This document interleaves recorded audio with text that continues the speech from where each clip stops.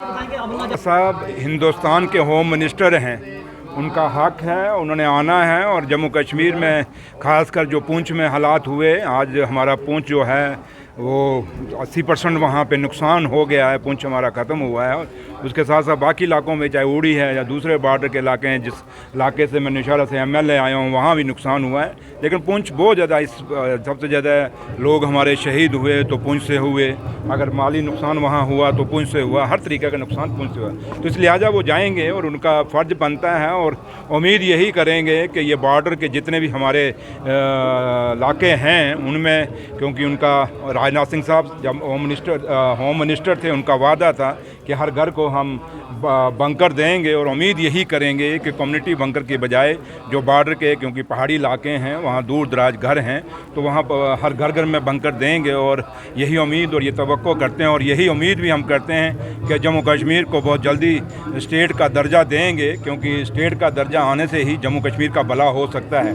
क्योंकि जो चीज़ें हो रही हैं ये कहीं ना कहीं इसी वजह से हो रही हैं कि आज कहीं एक हुकूमत नहीं है जम्मू कश्मीर में, और एक हुकूमत ना होने के बजाय यही चीज़ें नुकसान हो रहा है। और क्योंकि लोगों की चुनी हुई सरकार जो है वो उमर अब्दुल्ला सरकार है, और उमर अब्दुल्ला सरकार को पूरी पावर होनी चाहिए और स्टेट का दर्जा हमें मिलना चाहिए, तभी हम लोगों का भला कर पाएंगे। बाकी तो आज आपके सामने एक मंदिर में आया हूँ, मुझे लगता है कि इससे ज़्यादा कोई ज़्यादा बोलना ठीक नहीं, क्योंकि मैं धार्मिक जगह पे आया हूँ, माँ के दरबार में आया हूँ, तो आज इसको यहीं तक सीमित रखते हैं। छोटा सा सवाल है, पठानिया साहब जो प्रवक्ता है भाजपा के, वो कहते हैं माइनिंग माफिया पे सुरेंद्र चौधरी का हाथ है।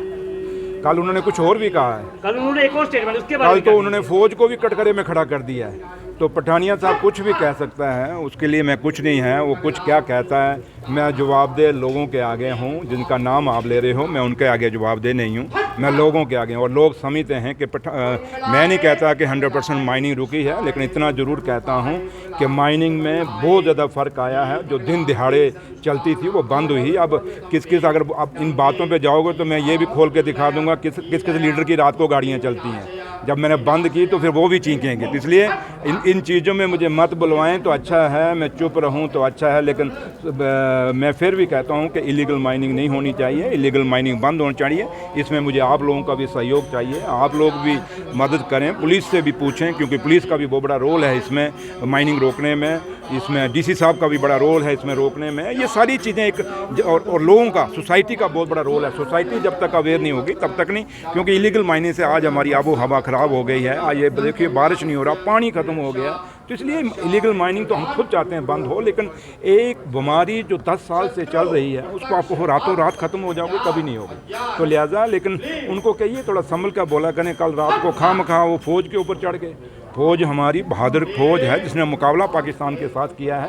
फ़ौज का हम सवाल कभी खड़ा नहीं कर सकते। हम हिंदुस्तानी हैं, देशभक्त लोग हैं, और जो आदमी फ़ौज पे सवाल खड़ा करता है वो अपने आप को देशभक्त नहीं कह सकता। Thank you. ये भी कहा कि NC सरकार सिर्फ स्टेट हुड का रोना रोती है, अभी भी उनके पास पावर है, वो काम क्यों नहीं करते?